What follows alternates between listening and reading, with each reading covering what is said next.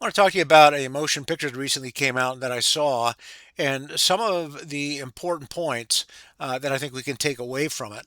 The motion picture was The Brink of War. It is an historical account of the meeting between Gorbachev and Reagan at Reykjavik, Iceland in October 1986. Jeff Daniels played Reagan. I think Jeff Daniels is one of the great actors of our day. He's played a variety of different roles. I think he did a great Reagan. J.K. Simmons was George Shultz, Secretary of State. I think J.K. Simmons is one of the most underrated actors of our time. He's got this common guy demeanor about him, but he's able to fit it in to every role he has, and it makes it credible, believable. Jared Harris played Gorbachev, and I think in many ways Gorbachev was a more interesting character in this motion picture because they portrayed Gorbachev in a light where he realized the Soviet Union was going down, and it was collapsing. It could not keep up with the West technologically, could not keep up with the West economically, um, and its people were starving, and so it was really just a shell of an empire. Gorbachev knew that. He knew he could not keep up with the American defense spending and defense expenditures. And Reagan had started the Star Wars initiative, or the Strategic Defense Initiative, about that time. And it was a big shield, anti ballistic missile shield. And Russia simply could not. Keep up with that. They couldn't keep up with that technological advance. So the Russians knew they were going down. They had to try to make peace somewhere, somehow, with the Americans to cut their economic hemorrhaging and to keep the system afloat at least for a little while longer. About the same time, if you recall my previous talks, and as reference to Catherine Belton in her book Putin's People. At the same time, the Soviet intelligence agencies, the KGB, especially their foreign agents, especially their foreign economic agents, were aware of the fact that the Soviet Union wasn't cutting it. It wasn't going to beat America. America is going to defeat the Soviet Union because of our economics and our technology, and all that was based on the ordering of our society, which I'm going to get into in a minute. But the Soviet agents knew that, the KGB agents knew that, and that's when, according to Belton, they started pushing money out of the country big ways. This is also about the time that the KGB started to romance Donald Trump. Okay, and they were looking at putting their Vatniks, their assets wherever they could in the West as they moved on to the next phase. They ultimately knew the Soviet Union was doomed, so Russia was going to come about in a different form. But the intelligence agency, the Russian intelligence agents, as well as a certain core or cadre of ultranationalist Russians, were going to keep Russia in the empire game, one way or another. And by that time, they had Department D, the disinformation department, which I've talked to you about, and Golitsyn talked about, and they were able to shape this how they wanted to shape it in the eyes of the West. Many of us thought the Soviet Union was done, communism was done, that's it, we won, Russia's nothing. Well, you know, what happened too is we were told a lot of fake narratives about Russia and about who our enemy was. And so a lot of these fake narratives and this overlooking the fact that Russia was still very much malevolent and very much active on the world scene, especially with its disinformation. All of this combined to blind a lot of people, to blind a lot of us to what was actually going on with Russia. And Russia is definitely the source of great evil in the world. It continues to pump out lies and division. I just read a quote by Dugan from his book on geopolitics, and I paraphrase in which he says, the way we're going to take down America is by stroking divisions, sectarian, ethnic, and stroking isolationism, so they stay out of the world. And so this was 1997 when Dugan wrote this book on geopolitics. So the Russians were moving into the next phase, and they blinded us in many ways because we thought that they were defeated. And then you had a lot of other chatters, and the Catholic chatters are the worst on this. They were coming up with different narratives of things that really didn't matter that blinded us to what was going on. And if you were stupid enough to trust some of these Catholic chatterers, then you missed the big picture, which is that we're under attack by Russia. We have been for a very long time. Of course, Russia also promotes populist nationalist movements like MAGA, like AFD, and like Le Pen's party, Front National, I think it is, in France. Okay, and there's an election coming up in April next year in France. And if and if Le Pen wins, it'll be a real problem for France and for the NATO alliance. And I think, in large measure, that is what Putin is waiting for. Though I think there are some other things afoot, which I'll talk about in another program. Okay, so what happened at Reykjavik? There was no agreement reached. But towards the end of the movie, there are some newsreels, some photos of newspapers that show that an agreement was reached about a year later in 1987 called the Intermediate Range Nuclear Forces Treaty. And this was the first time to eliminate an entire category of nuclear missiles, those that could fire 500 to 1,500 miles. And this was in the movie touted as a very great achievement, saying that this is the first time ever, and I think Schultz says this in the movie too, this was the first time ever that there was an actual arms reduction. So I thought about that. I mean, is that true? Is that the first time ever there's actual arms reduction? And the answer is yes and no. The answer, yes, it was the first time ever. The Intermediate Range Nuclear Forces Treaty of 1987 was the first time ever that there was a arms reduction of nuclear weapons. That was the first time ever that that happened. But before, there was actually a reduction of naval forces, again, because of America. 1922, the Washington Naval Treaty, Charles Evan Hughes was the Secretary of State, and he called the meeting, and they scrapped the excess ships, and they capped the fleets for 5 countries, which are the United States, the United Kingdom, Japan, France, and Italy, as part of disarmament. They actually capped the fleets and they reduced excess. And that's the first time in history that's happened, and that's because of America. And you remember from my last show, we were talking about Mohonk and about the conference there to get people to resolve their disputes and to cap armaments. Well, in the early 1900s, the Europeans didn't want to cap armaments or navies or armies or weapons. Okay, they wanted to keep going like gangbusters towards war. And America said, no, don't do it. Don't do it. We were the peacemaker. They disregarded us. Okay. And then 1922, they listened to us. And so the weapons were actually capped and some were thrown away. So, Hague 1 and Hague 2 were great American successes in the sense that we got people to agree to the principle of arbitration before you go to war, and try to resolve your disputes through arbitration and resolve your disputes through arbitration. And we also were able to bring about the permanent court of international arbitration. So again, America being the peacemaker, the great power for peace, as they said at Mohawk. Okay, so Reykjavik didn't result in anything. However, George Shultz later said that the one reason that the reason that the Soviet empire fell was because of Reykjavik. Schultz spoke with Gorbachev years later, and Schultz asked Gorbachev, said, what caused the end of the Soviet Union? And Gorbachev said Reykjavik. So, you know, what do we got here? We have a history of American peacemaking. The United Nations was set up largely through the efforts of the United States. The United Nations General Assembly 1-1, January 24th, 1946, resolution to eliminate atomic weapons. The United States was true to that. No other country has done this. The Nuclear Non-Proliferation Treaty came in 1970. That was to stop the spread of nukes, promote peaceful nuke energy, achieve total disarmament. SALT 1 capped the number of land-based ICBMs and SLBMs. That was in 1972. 1974 was Anti-Ballistic Missile Treaty, limit to 2, then 1 site for missile defenses to prevent either side from neutralizing the threat of retaliatory strikes. Then SALT 2 was 1979, never ratified, but limited new nuclear weapon development. Then there was START 1 in 1991, cut USA and USSR to 6,000 long-range nuke warheads.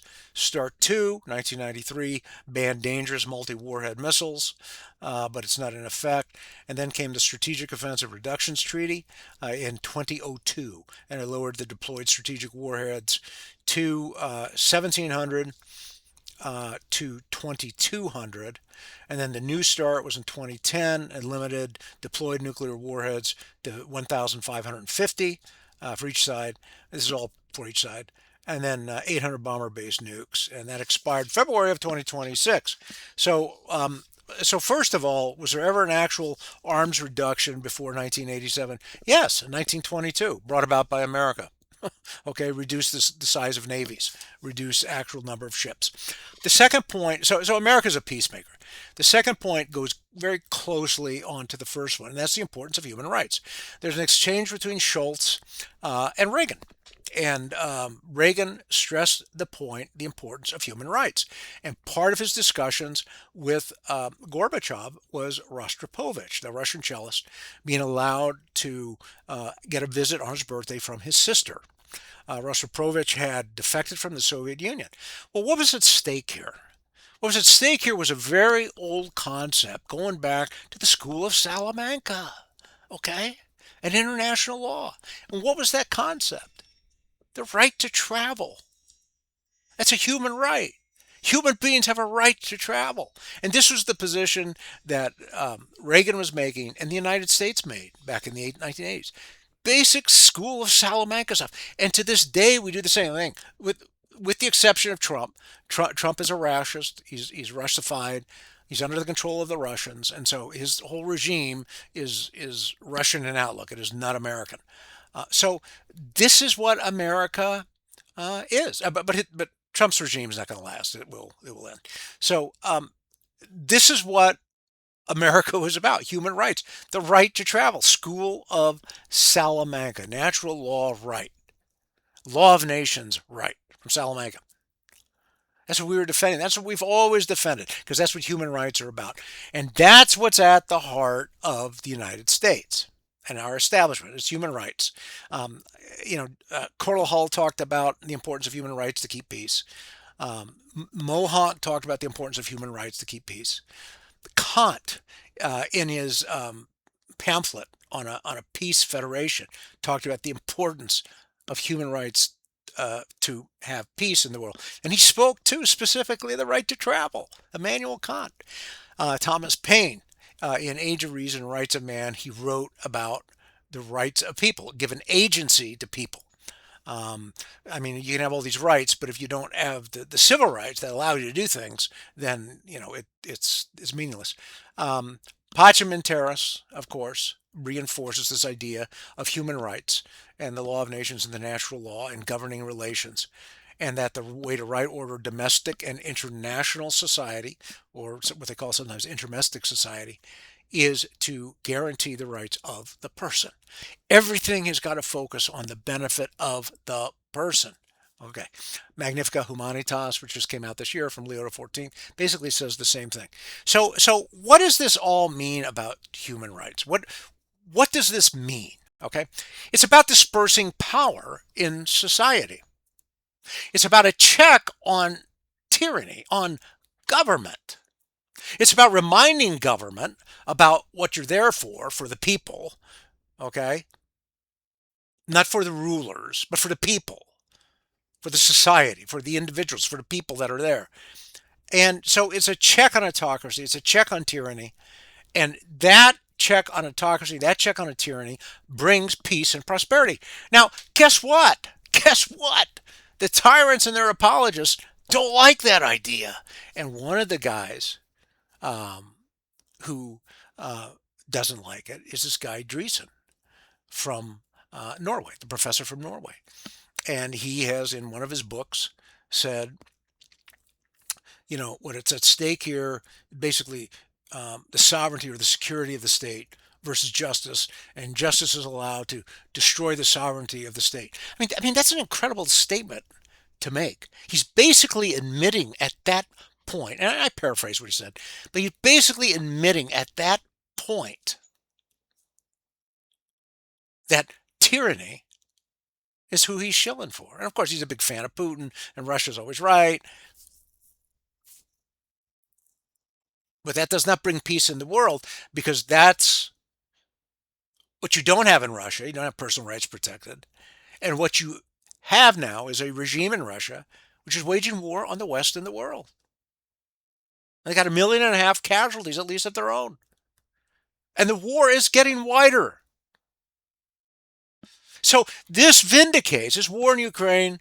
What everything Dreesen says vindicates the founders, the popes, Kant, Paine, Mohawk. It vindicates America. Right order, God, as the right way to order society is the human person.